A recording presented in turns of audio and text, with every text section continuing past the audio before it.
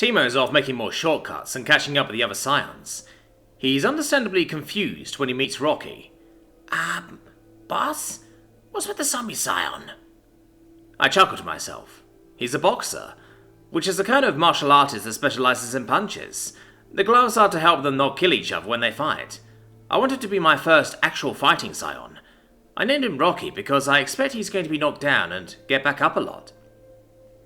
Timo just gives the zombie a weird look as it chews in its wooden mouthguard. Well, he calls you coach. Ha! That's great. Is he happy with what I've been having him do? My voice nods. Yeah, he seems to enjoy it. He seems a bit more on the ball than I'd expect a zombie to be. I mean, he's about on the same mental level as Jello, but zombies and slimes aren't really known for thinking, boss. Glad he's enjoying it. Maybe it's my weird thinking that's making them have to adjust. Who knows? Timo continues on his way, and Rocky continues to practice his punches and footwork. He's still pretty awkward, but I'm not disappointed. He still hasn't gotten a title for being a boxer yet, so I can hardly expect him to be in top form. The other scions all seem to react similarly to Timo being my voice. They chat, and I can only get impressions of what they're saying, though Timo can translate. They all want to know if they're doing well, and I assure them they are. I ask if they like their roles, and they all do. Coda is especially happy to be working in the mines too. He was worried I had forgotten or abandoned him, so he's glad to be able to contribute. He's also apparently started calling me the foreman, which is kinda cool. Eventually, morning rolls around, and Aranya returns to her bed near the core, and I ask Timo to go hang out with her like promised. She starts off laying on the worshipfulness pretty thick, but Timo's pretty quick to shut that down. She's my high priestess. She doesn't need to bow and scrape. Not that I want anyone else to, but if I'm supposed to be in charge, I get to decide how my direct underlings act towards me. She asks about the mysteries of creation, of my grand plans for the world, that sort of thing. Timo's a bit too happy to burst her bubble about that, but I did ask him to help keep me grounded. He tells her I don't know any mysteries of creation, which I kinda do, but only in laws of physics that may or may not still apply. He tells her I don't have any grand plans, which I don't. The closest thing I have to a plan is that I want to get the tunnels and crypt complex in better shape, then probably expand downward again. There's a lot of connecting tunnels, so there shouldn't be another earthquake. I hope. She asks about me, and I'm honestly not sure what to tell her. She asks why I saved her, which is at least easier to answer. She was in trouble, so I helped. She asks about the Delvers and why I treat them like I do, which leads to a technical discussion about mana income, and some basics of economics and psychology, and her recollections of the legends of her people. Timo is looking a bit overwhelmed by some of it, and when Aranya interrupts herself with a big yawn, I tell Timo to go ahead and tell her to sleep. We'll have plenty of time to talk about stuff. I'm glad Timo and the other scions don't seem to need to actually sleep, nor do my denizens, which is convenient. Sure, they sometimes do anyway, but that's more them not having anything to do rather than an actual need. While I just let my attention wander, I feel a familiar pair of feet at my mana gate. Hey, Timo, Elf Guy's here. The rat perks up at that and grins. Now, be nice, Timo, or at least don't be mean. I like him, but that mostly means I'm comfortable ribbing him some. Looks like he's not talking into a rock either. Maybe he's hearing a normal delve. While I muse, Timo moves. I even get an idea, and tell the Rafters Aranya to prepare a special quest for Tal. He looks almost relaxed, yet eager at the same time, as he approaches the porch, though he looks a bit confused at the rough wooden sign hanging near the bulletin board. His confusion only peaks when he hears a voice. Well, well, well. If it isn't the only Delver I've ever attacked. Hello, Elf Guy, says Timo, hidden under the boards of the porch. Tal has his dagger out in a flash and is looking around.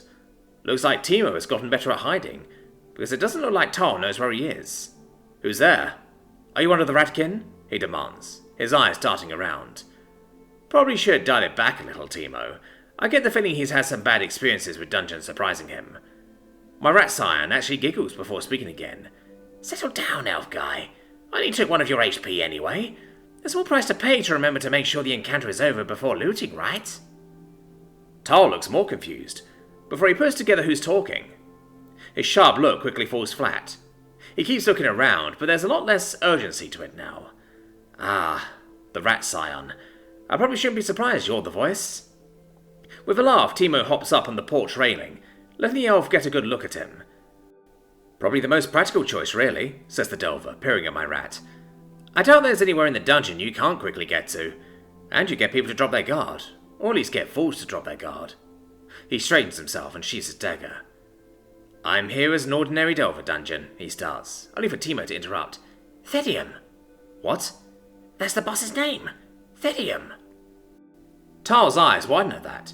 It's already chosen a name for itself? Himself, and yeah. The Elven Delver absently reaches into his pocket before remembering he doesn't have his little note rock, and shakes his head to clear it. Right, normal Delver. On vacation, not on a quest, he says, almost to himself. Then focuses on Timo again. Does the Thedium have anything he wishes to say? Timo simply smiles and nods at the rough wooden sign. He thinks you might like that quest. Fight Rocky. Who's Rocky? Timo laughs again. Go to the central mausoleum in the graveyard. He'll meet you there. With that, my voice vanishes down a shortcut, leaving Tal to try to decide what to do. I'm pretty sure he'll go do it. I haven't done anything to actually harm him before. Tiny has beaten him in the maze, but that's about it. With a sigh, he nods, though he doesn't immediately head for the graveyard. Instead, he heads around back to gather a few herbs, and once he notices the garden in the belfry has been upgraded, he enjoys himself through the house and the boss fight to get to the roof, to look at what's up there too. He gathers a few clippings, but he doesn't seem interested in getting a full plant for himself. I imagine he's probably travelling most of the time, so he can't exactly keep his houseplants watered. I wonder if he makes potions, or maybe even poisons. Either way, he's taking his time and enjoying a delve, and I'm enjoying the manner. I can throw my strongest stuff at him in small numbers and keep him busy enough to have fun, but not in any real danger of being overwhelmed. I feel like I'm in a thrill park, but you stab the attractions instead of running them around whipping corners and massive drops. I'm not worried about him taking his time, though. It gives Rocky time to get into position and to practice his ducking and weaving some more. Eventually, though, Tal walks into the mausoleum, and Rocky spots him. My zombie stops chewing on his mouthguard and instead slots it between his rotten teeth like he's supposed to. He hits his gloves together and does a few jabs to declare his intention, and Tal just looks confused. A zombie scion? What did you... You actually want me to fight it? Timo's not there, but Tal is smart. He can figure it out. After a few moments, he shrugs and draws his blade.